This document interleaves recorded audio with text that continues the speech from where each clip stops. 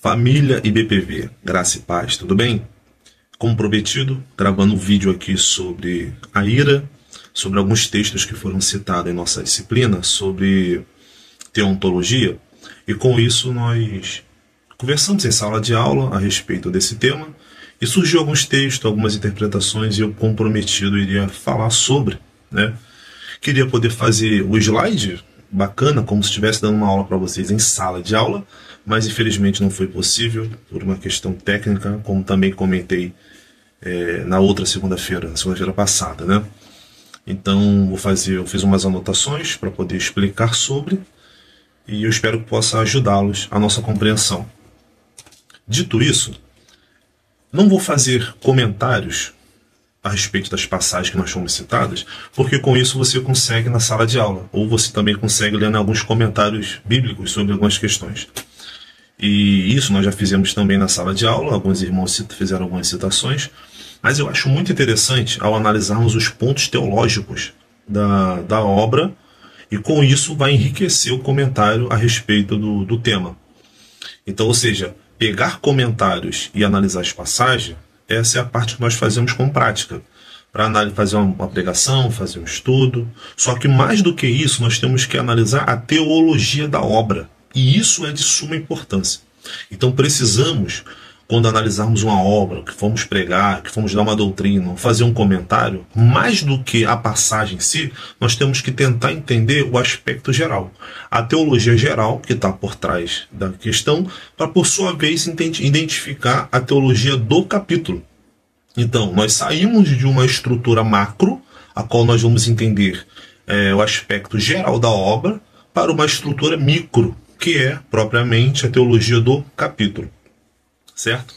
Dito isso, um dos textos citados em sala de aula foi o texto de João 2, a partir do versículo de número 13 ao 17, que ia falar sobre a ira, sobre o zelo, porque a pergunta foi o seguinte: de acordo com esse texto, qual é o momento ou qual é a instância entre o fato de você se irar e não cometer pecado? Qual é o limite disso? Usando como parâmetro o texto básico que foi citado, que é o de João, citando o exemplo de Jesus no templo, quando ele pega, que ele diz que no verso 17, que o zelo da tua casa me consome. Dentro desse contexto, ele expulsa os cambistas do templo com um chicote e cordas, porque eles estavam corrompendo todos os costumes, tudo aquilo que Deus estabeleceu para eles. Então vamos lá. Isso é muito importante antes de usarmos texto fora de contexto para servir de pretexto para uma heresia. Existe uma diferença teológica nos evangelhos que é muito curiosa. Ao mesmo tempo que nós enxergamos os 4 evangelhos de uma forma geral, separamos 3 como chamados sinóticos: Mateus, Marcos e Lucas. São chamados evangelhos sinóticos, e o evangelho de João. Mas, de forma geral, ao lermos evangelhos, nós enxergamos os 4. Sinóticos, apenas 3. Então, a figura de Jesus é muito importante para essa compreensão geral, estrutura macro. Porque Jesus é a figura do Messias. Então, como Messias, você tem que entender a mensagem geral que ele está passando dentro da obra, para depois, por sua vez, você entender a estrutura micro. Então, vamos lá. Vocês lembram, quando eu falei em sala de aula, que no evangelho de Marcos, a figura de Jesus, que é o Messias, está como meio que uma incógnita, um ponto de interrogação. Ou seja, cada um que tem uma experiência particular com Jesus tem que o descobrir. E é por isso que dentro do Evangelho de Marcos, ele, quando faz um milagre, normalmente ele manda que não conte a ninguém. Exatamente para aquela ideia teológica chamada de o segredo messiânico. Então isso é uma característica, é algo peculiar que pertence ao Evangelho de Marcos. Então todo aquele que lê o Evangelho de Marcos, todo aquele que tem um encontro com essa leitura, tem que particularmente entender ou procurar quem é o Messias. O achando, você parte para uma experiência pessoal. Então, qual é a proposta do Evangelho de Marcos? É fazer com que você, com que eu, que somos leitores posteriores, venhamos entender qual é o relacionamento, ou como devemos desenvolver o relacionamento com a figura do Messias. Quando você encontra esse ponto de equilíbrio, quando você descobre quem é Jesus, essa figura messiânica, automaticamente você já começa a desenvolver um relacionamento com ele. Então essa figura messiânica dentro do Evangelho de Marcos, ela é muito importante, porque ela está ligada a um relacionamento. Então, mais do que um milagre, ele te convida a se relacionar. Por que estou dizendo isso? Porque isso também é muito característico no Evangelho de Lucas. Porém, o Evangelho de Lucas já apresenta uma figura messiânica muito com um ar de misericordioso. Então, misericórdia é uma palavra-chave para que nós possamos entender a figura messiânica dentro da obra lucana, ou do Evangelho de Lucas especificamente. Falando da obra lucana, estou me referindo a Lucas e Atos dos Apóstolos.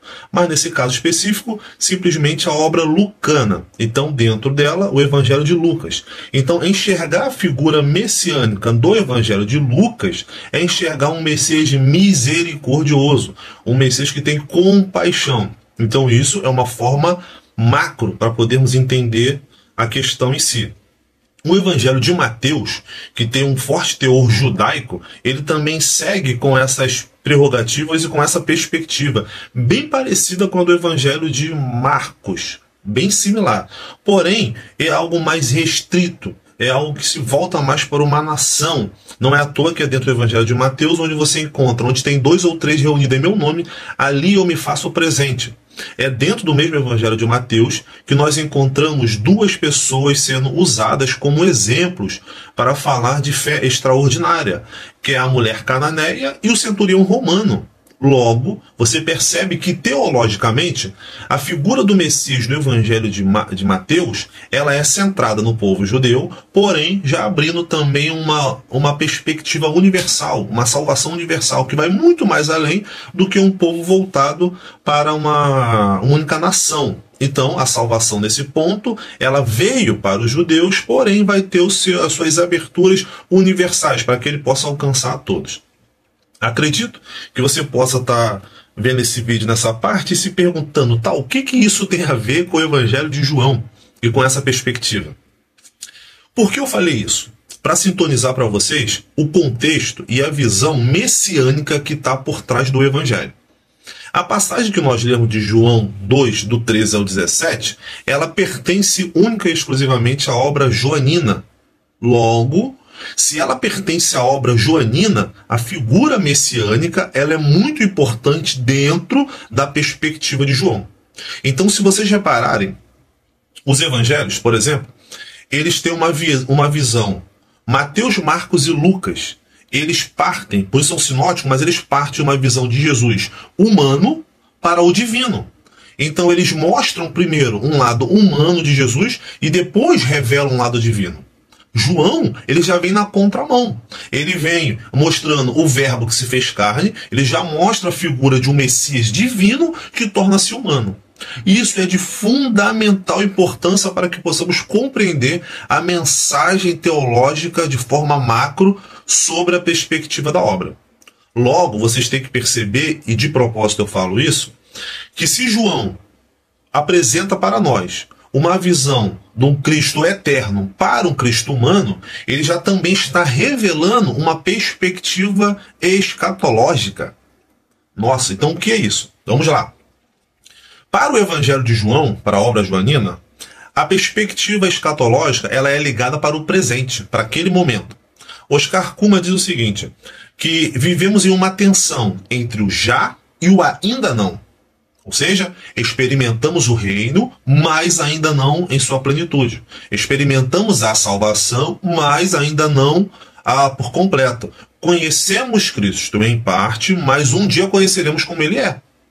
Não é à toa que aos Tessalonicenses que estão com o mesmo problema, achando que Jesus vai voltar naquele exato momento, não querem fazer mais nada. Então Paulo vai orientá-los a dizer, olha, Jesus vai voltar, ele prometeu, ele vai voltar para buscar o seu povo, mas com isso nós precisamos, enquanto ele não vem, trabalhar, cuidar da nossa família, cuidar da casa, cuidar da obra, fazer nossos afazeres, mesmo assim aguardando a perspectiva de que a parousia vai se cumprir, a volta do Messias.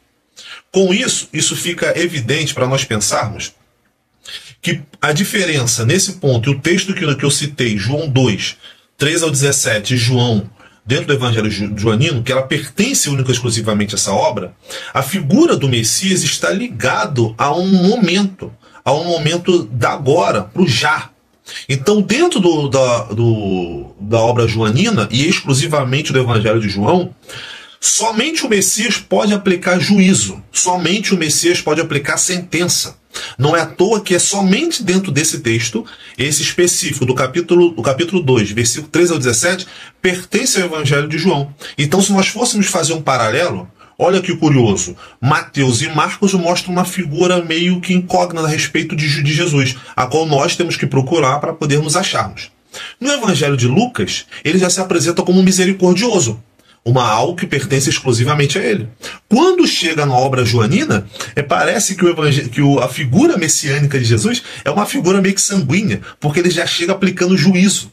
Por que isso? Porque a visão escatológica de João não é futura. Dentro do Evangelho de João, na obra joanina, a perspectiva de João ela é terrena, é para o já, é para aquele momento. Então, se nesse momento fizéssemos uma separação entre a visão escatológica paulina e a visão escatológica joanina, nós temos duas percepções. A primeira, de Paulo, ele aponta para um futuro, a qual nós aguardamos a parousia. Para João, é naquele momento, é o já. É por isso que quando você lê a obra joanina, você já tem um contato com Cristo, nessa visão, ao ponto de a salvação ser ofertada naquele momento. Então a salvação é para agora, é para o já. Cristo está vivo neles naquele momento.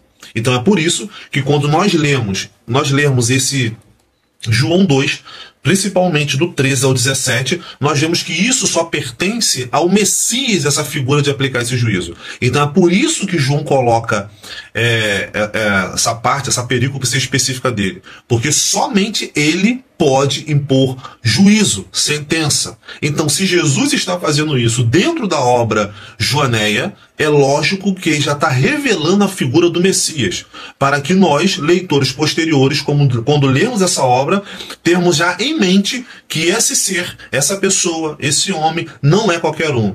Esse Jesus que está se dizendo que pegou um chicote e está expulsando os cambistas, não é qualquer pessoa, mas é o Messias. E isso está ligado à perspectiva messiânica do Evangelho de João, da obra joanina como um todo, tá?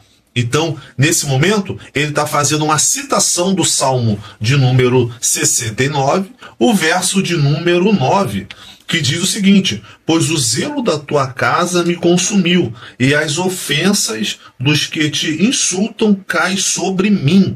Então, nesse momento, ele está fazendo uma citação direta do Antigo Testamento. Ele está fazendo, ao mesmo tempo que, usando essa citação, ele também está fazendo um eco, ele está ecoando uma tradição judaica dentro da obra joanina para mostrar a figura messiânica que está sendo representada ali. Outra curiosidade dentro da obra messiânica é quando você olha o capítulo 8 e o versículo de número 44 específico. Mas, se você ler a partir do versículo de número 31 até o 47, você vai ver que Jesus está falando com alguns judeus sobre se eles permanecem na palavra dele, se eles acreditam no que ele está pregando, na verdade que Deus deu para ele, e com isso está exercendo com autoridade e juízo sobre as pessoas. E nesse embate eles vão dizer: olha, nós somos filhos de Abraão. E Jesus vai dizer: não, vocês não são filhos de Abraão, porque se vocês fossem filhos de Abraão, vocês iam fazer tudo com o que ele fez.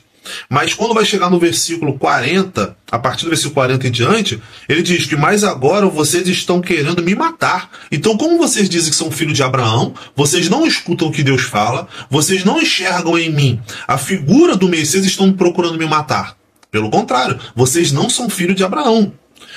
Aí olha o versículo número 41. Vocês fazem a obra do pai de vocês? E eles responderam: nós não somos filhos ilegítimos, nós temos por pai Deus. E Jesus disse, versículo 42, se Deus fosse de fato o pai de vocês, certamente me amariam, porque eu vim de Deus e aqui estou, pois não vim de mim mesmo, mas ele me enviou. Então perceba que o que Jesus está fazendo é mostrando para eles que a figura messiânica que está sendo representada através dele é uma figura a qual Deus enviou. Então quem olha para ele enxerga a pessoa divina de Deus. Só que nesse momento eles não conseguem ter essa compreensão e querem matar Jesus. Aí quando chega no verso número 44, olha o que Jesus diz: vocês são do diabo. O pai de vocês é o diabo, que quer satisfazer o desejo dele. Ele foi assassino desde o princípio e jamais se firmou na verdade, porque nele não há verdade. Quando ele profere mentira, fala do que lhe é próprio, porque é mentiroso e pai da mentira. Então o que Jesus está fazendo com os judeus naquele momento? Estão querendo matá-lo, não enxergam a figura messiânica nele, não enxergam ele como um salvador, e Jesus está falando: vocês são filhos do diabo. Por que eu estou citando esse texto? Porque isso também é característico da obra joanina. Isso pertence ao autor da obra. Então, da mesma forma que João 2, do 13 ao 17, nós enxergamos a figura messiânica de Jesus aplicando sentença, juízo sobre aquele homem, vemos também o mesmo Jesus falando: eu sou filho de Deus, eu vim de Deus, vocês não enxergam isso em mim. Então, se vocês não enxergam, vocês não são filho de Deus, vocês são filho do diabo. Nossa, isso é um choque de realidade. Porque quando vocês param para analisar isso dentro dos evangelhos, vocês percebem de forma muito nítida a figura messiânica. E dentro dessa figura messiânica, somente ele pode aplicar, somente ele pode fazer, somente ele pode sentenciar juízo. Então, nesse momento, por que João narra essas duas questões e somente Jesus aparece emitindo um chicote ou chamando alguns judeus de filho do diabo, aplicando meio que uma sentença, tipo, colocando para fora uma ira, né? Aplicando uma justiça, porque a ira e a misericórdia e a justiça, esse tripé, eles fazem parte de um equilíbrio da parte de Deus, porque eles querem mostrar a figura messiânica, eles querem mostrar quem é Jesus. Então, dentro disso, quem é Jesus? Para o evangelho de João, é o Messias. Então, se é o Messias, somente ele pode aplicar justiça e juízo. Mesmo ele mostrando ira no capítulo número 2, querendo mostrar para eles ali que o zelo da tua casa me consome. Por isso que ele pega um chicote e aplica sobre aqueles homens que estavam os cambistas dentro do templo. Somente ele pode fazer isso. Então, qual é o momento que eu posso me irar e não posso pecar? É onde eu quero chegar, porque isso faz parte da visão paulina. Mas, citando essas duas obras dentro do Evangelho de João, fica claro para nós que o único que pode aplicar justiça e juízo sobre o ser humano é o Messias. E esse Messias é Jesus de Nazaré. Tá ok? Então isso faz parte de uma comparação dentro de uma visão dos Evangelhos sobre a figura do Messias. Dentro disso, foi citado também o texto de Efésios, que no capítulo número 4, o versículo de número 26, que diz: fiquem irados e não pequem, não deixem o sol se ponha sobre a ira de vocês. Ele também segue o mesmo processo, mas nesse momento, lembra do que eu falei sobre a visão paulina e a visão joaneia? O que é isso? Dentro da visão paulina escatológica, a parousia, o Messias está por vir. Então, se ele está por vir, ele vai aplicar um juízo futuro para os rebeldes, para os infiéis, para aqueles que praticam, que vivem no pecado. Tá? Na visão joaneia, o juízo está sendo aplicado naquele momento, porque o Messias se faz presente naquele momento, naquele contexto. Então, se ele se faz presente, ele pode fazer isso. Na visão paulina, essa sentença de juízo ela é futura, não é para aquele momento. Percebem? Então, se na visão joaneia é para aquele momento, para aquele exato contexto, o Messias está aplicando sentença de justiça. Na visão paulina, a sentença de justiça ela é posterior, ela é futura, ela vai vir, ela vai ser aplicada ainda. Então, dentro desse contexto, pegar de forma geral o capítulo 4, vindo a partir do versículo 17, eu acredito ser suficiente, até o versículo de número 32, vocês vão perceber, de Efésios 4, que ele está se referindo a um contexto de vida, a um comportamento, a uma mudança de vida, àqueles que vivem servindo a Deus. E é por isso que ele vai dizer que vocês não têm que viver como viviam no passado. Aí no versículo número 20, mas não foi assim que vocês aprenderam de Cristo.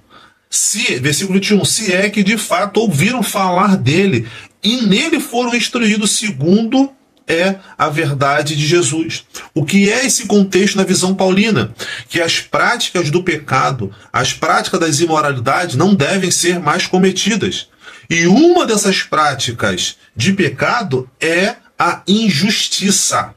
Então, logo, na visão paulina, quem faz justiça para o ser humano ou para com o ser humano não é o ser humano, é Deus.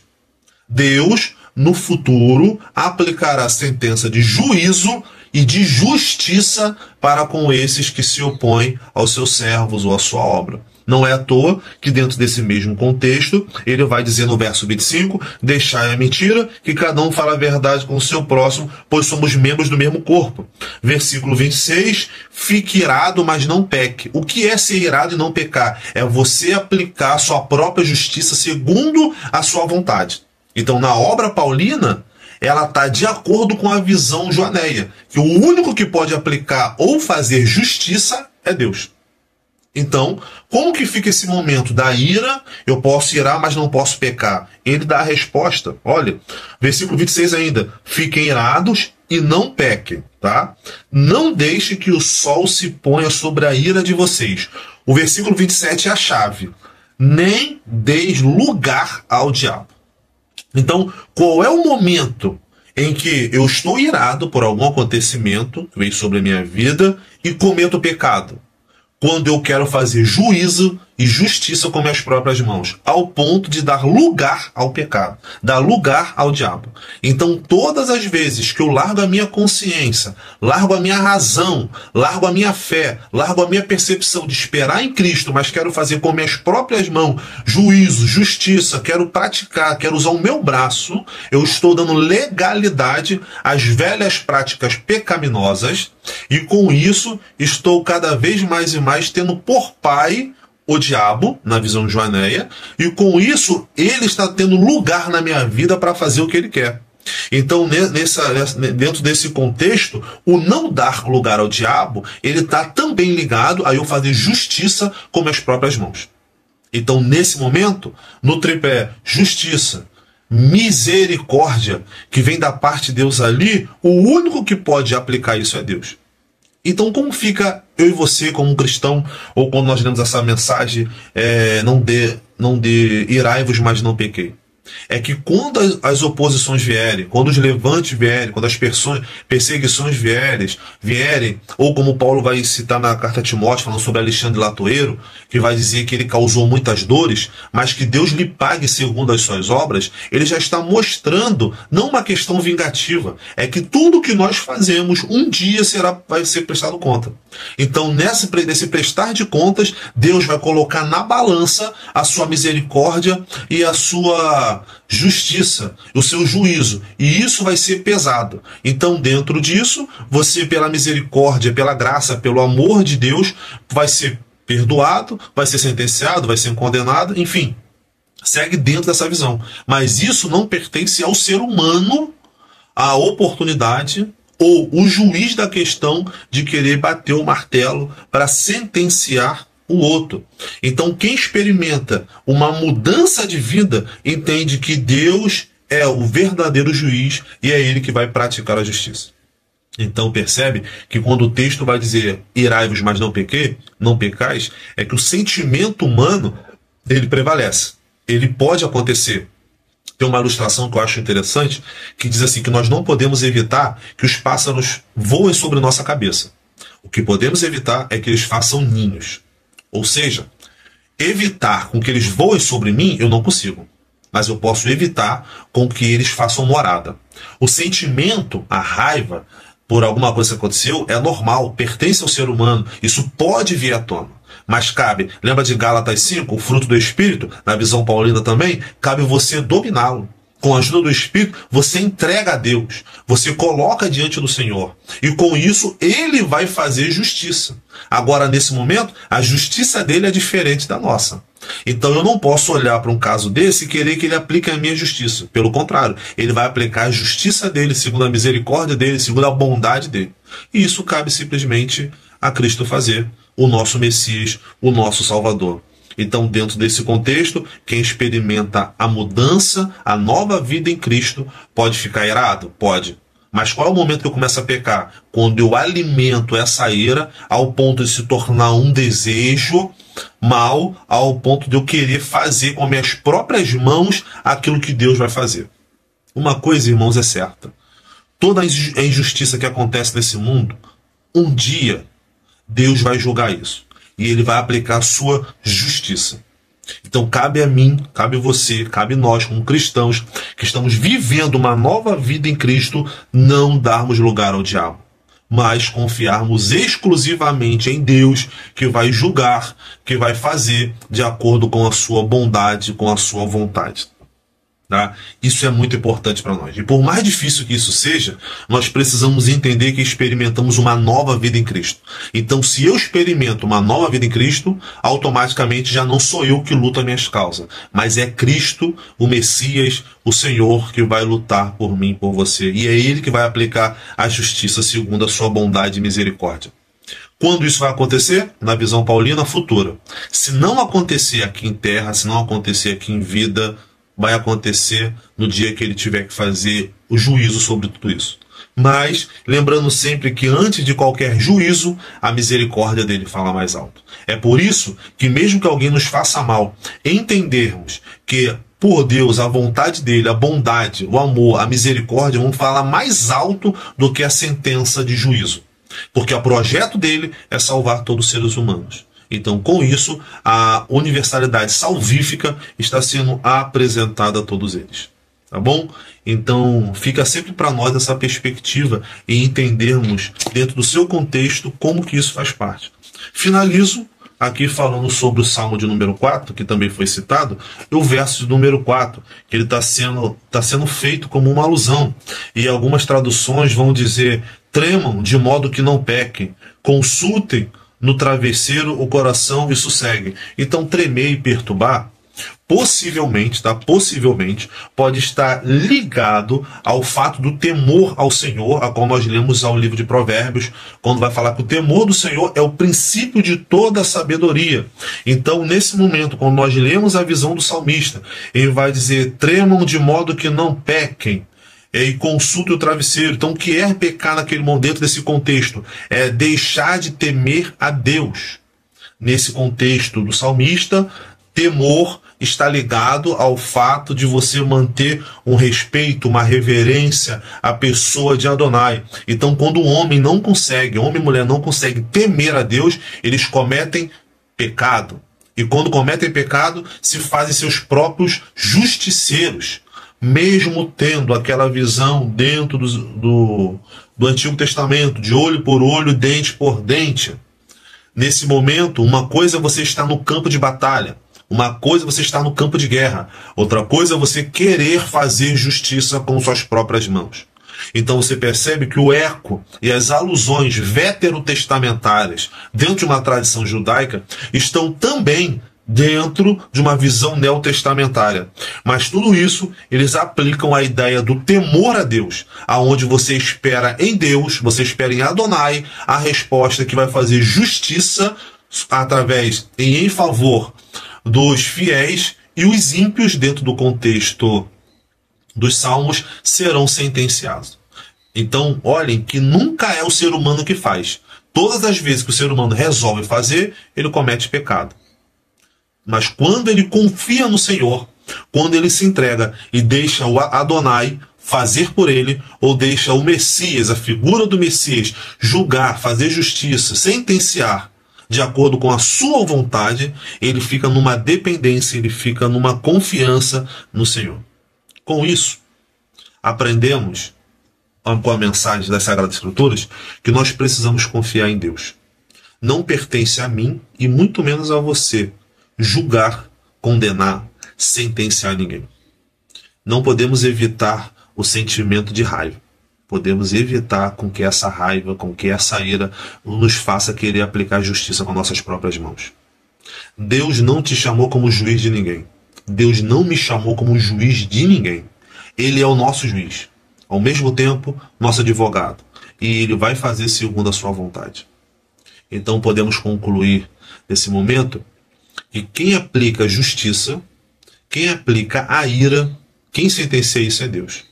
Agora cabe a mim e a você colocarmos diante do altar do Senhor todo o nosso sentimento, tudo aquilo que nos incomoda, para que Ele possa fazer de acordo com a sua vontade. Somos servos deles, somos servos do Senhor. E como servos, esperamos futuramente Ele aplicar sentença de juízo. Mas com isso, que a misericórdia dele venha falar mais alto. Porque mais do que eu querer que Ele aplique uma justiça, segundo o que eu entendo como justiça, aquilo que eu entendo teologicamente como justiça. Lembra a visão teológica? Aquilo que eu entendo, eu posso, não, então ele não aplicou segundo a vontade dele. Pelo contrário, a vontade é dele, a balança fiel é dele, a misericórdia é dele. Então, eu não posso enxergar segundo a minha justiça, porém, a justiça dele vai um dia ser aplicada. Mas enquanto isso não acontece, na balança, então o que nós temos hoje? A misericórdia. Então, dentro de um contexto e atualizando a mensagem, se alguém fizer mal para a nossa vida, se alguém tentar destruir a nossa vida por qualquer injustiça que seja, antes que a justiça de Deus pese sobre eles, a misericórdia dele vai falar mais alto.